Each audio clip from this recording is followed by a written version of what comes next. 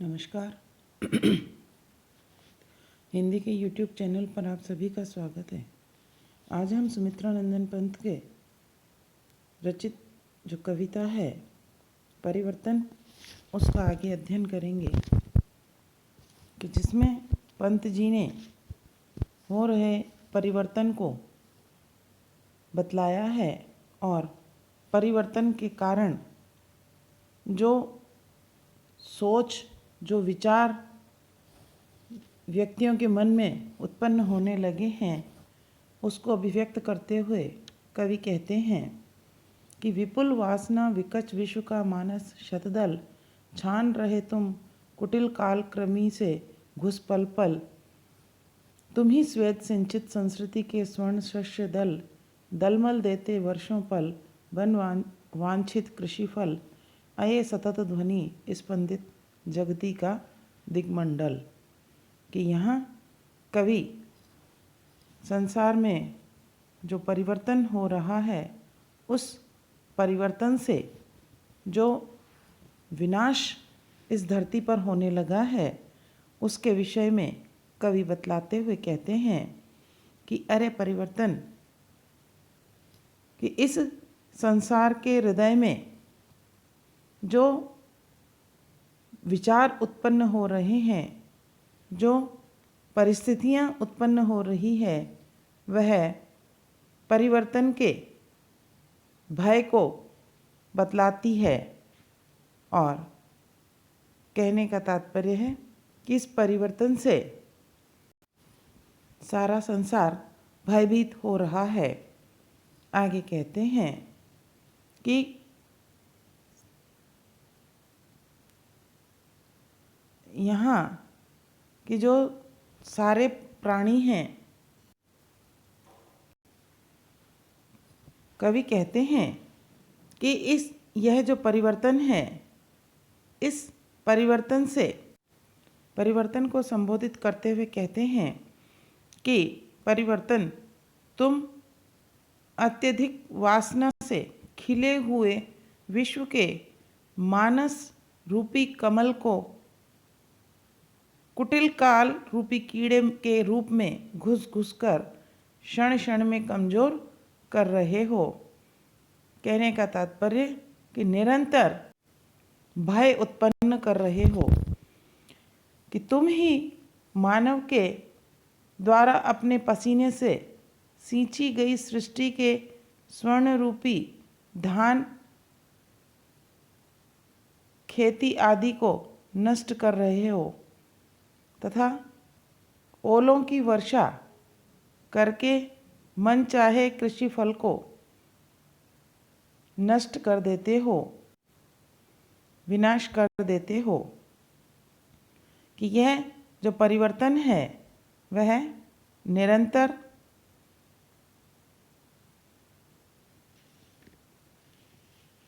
शब्दायमान इसी सृष्टि के दिशा चक्र को और रात्रि के अंधकार से व्याप्त गगन तल को तुम अपनी समाधि बनाते हो। कहने का तात्पर्य कि यह जो धरती है, इस धरती को परिवर्तन अपनी प्रभाव से निरंतर परिवर्तित करता जा रहा है। आगे कवि कहते हैं कि नैश गगन सा सकल तुम्हारा ही समाधि स्थल, काल का अकरुण भ्रकुटी विलास तुम्हारा ही परिहास, विश्व का अश्रुपूर्ण इतिहास तुम्हारा ही इतिहास। कि आगे कवि कहते हैं कि यह जो आकाश है, यह आकाश, इसी आकाश को यह परिवर्तन अपना समाधि स्थल बनाते हुए संपूर्ण सृष्टि को अपने प्रभाव से प्रभावित कर रहा है। आगे कहते हैं काल अथवा मृत्यु की जो दया रहित टेढ़ी भौं का विलास है, वह तुम्हारा ही परिहास यानी हंसी मजाक है तथा विश्व के अश्रुपूर्ण इतिहास से भी अश्रुपूर्ण इतिहास भी तुम्हारा ही इतिहास मालूम होता है।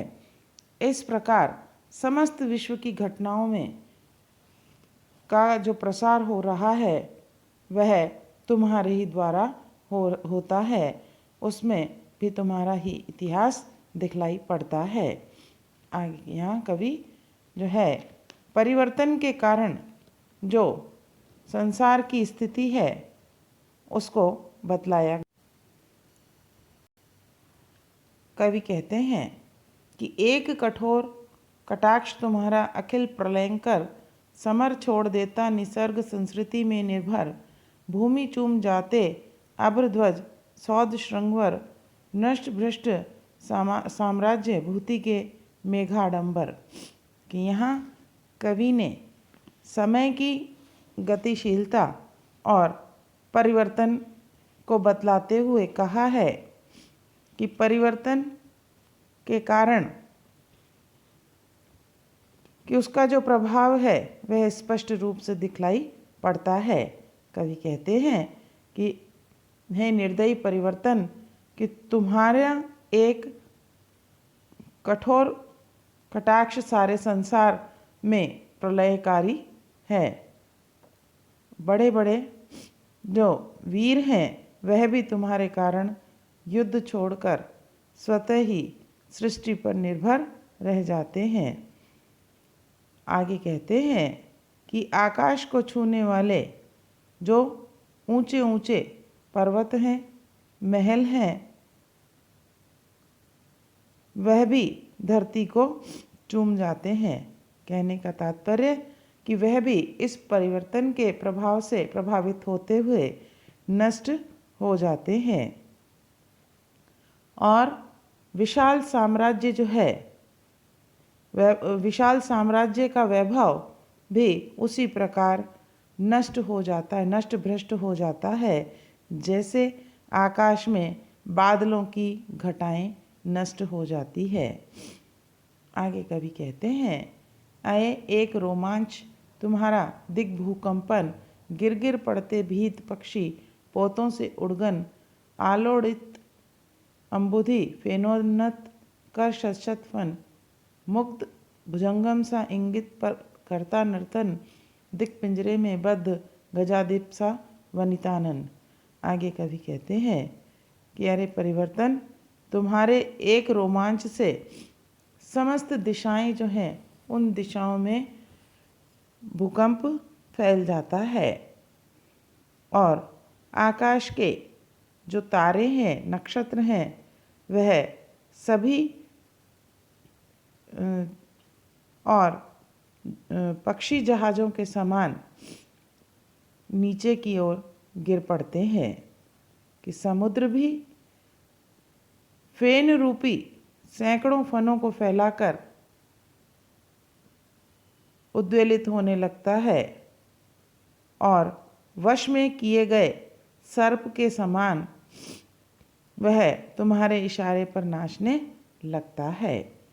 आगे कहते हैं कि मदमस्त हाथी के समान नारियों के मुख दिशा रूपी पिंजरे में बंद हो जाते हैं।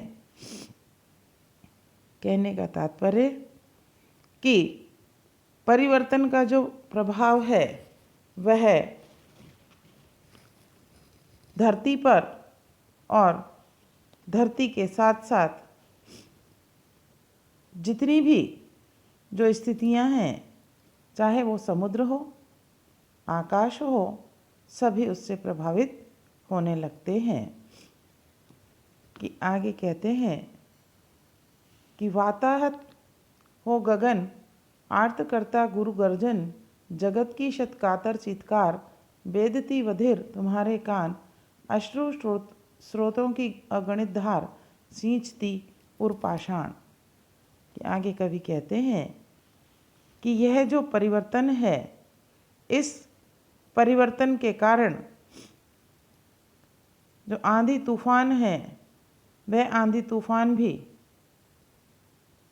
करुण भारी स्वर में गर्जना करने लगते हैं। कहने का तात्पर्य कि परिवर्तन के समक्ष सब कुछ नष्ट भ्रष्ट जब होने लगता है तो वह परिवर्तन के प्रभाव से प्रभावित दिखलाई पड़ता है और सब कुछ जो है वह बदल जाता है। आगे कहते हैं कि इसी परिवर्तन के कारण जो संसार के सैकड़ों लोग हैं वह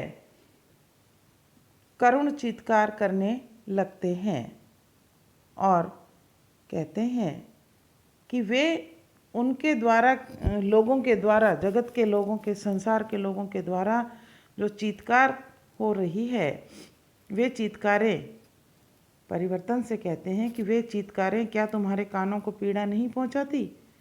क्या तुम्हारे कान बहरे हैं? इस कारण वे चीत्कारें तुम्हारे कानों को नहीं बेधती? तुम्हारे निर्दयी व्यवहार के कारण जो लोग प्रभावित होते हैं उन प्रभावित लोगों की अगणित अश्रुधाराओं के प्रवाह क्या तुम्हारे पत्थर के समान कठोर हृदय को नहीं सींचती हैं? कहने का तात्पर्य कि लोगों की करुण चित्कार और उनकी अश्रुओं से तुम पर कोई प्रभाव नहीं पड़ता है। कि इस प्रकार कवि जो है परिवर्तन के कारण जो संसार में करुण चित्कार और परिवर्तन का जो विनाशकारी रूप बतलाया गया है उसका वर्णन यहाँ पर किया गया है। यहाँ अनुप्रास, रूपक आदि अलंकार हैं। कि हमने आपको यह परिवर्तन के जो पद हैं उनको पढ़ाया। आप इन्हें पढ़िए, सुनिए, समझिए और साथ ही साथ इस चैनल को लाइक और सब्सक्राइब अवश्य कीजिए। धन्यवाद।